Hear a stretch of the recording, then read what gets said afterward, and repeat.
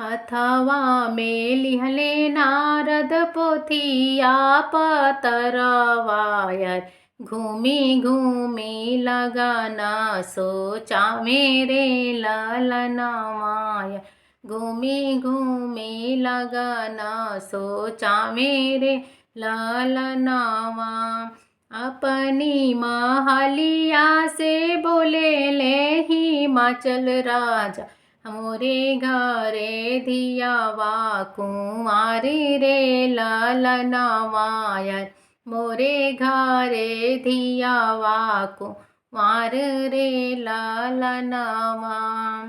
आईना मुनि राजा आसन पर बैठियन। गौरा जोगे बर देती बतलाई रे ललनवाय। गौरा जोगे बरवा बताई रे ललनवा। नया पोथी खोलना पुराना पोथी बचल। अरे गौरा के लिखल अद्भुत बर रे ललनवाय। गौरा के लिखल अद्भुत बर रे ललनवा।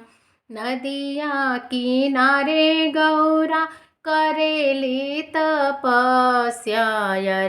शिवजी मांगे वरदान रे ललनवाय। शिवजी से मांगे वरदान रे ललनवा। बरहो बारिश पूरा भइले तपस्या।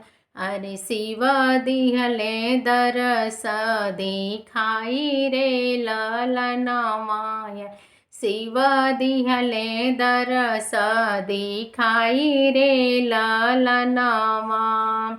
हाथ जोड़ी गौराजी सिरावा नवावे। आजू शिव दरस दिखाए रे ललनवाय।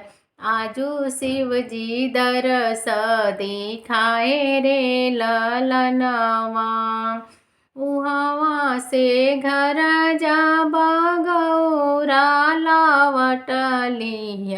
राजा स्वयंवर रचावे रे ललनवाय। राजा स्वयंवर रचावे रे ललनवा। राजा हिमाचल अपने मन में आनंदित भइल। गौरा जोगे मिलल अद्भुत बर रे ललनवाय। गौरा जोगे मिलल अद्भुत बर रे ललनवा। नंदी बैला चढ़ी आइले शिव दुल्हा। अरे गौरा जी डाले जय माला रे ललनवाय। गौरा जी डाले जय माला रे ललनवा। आइले बियाहन शिव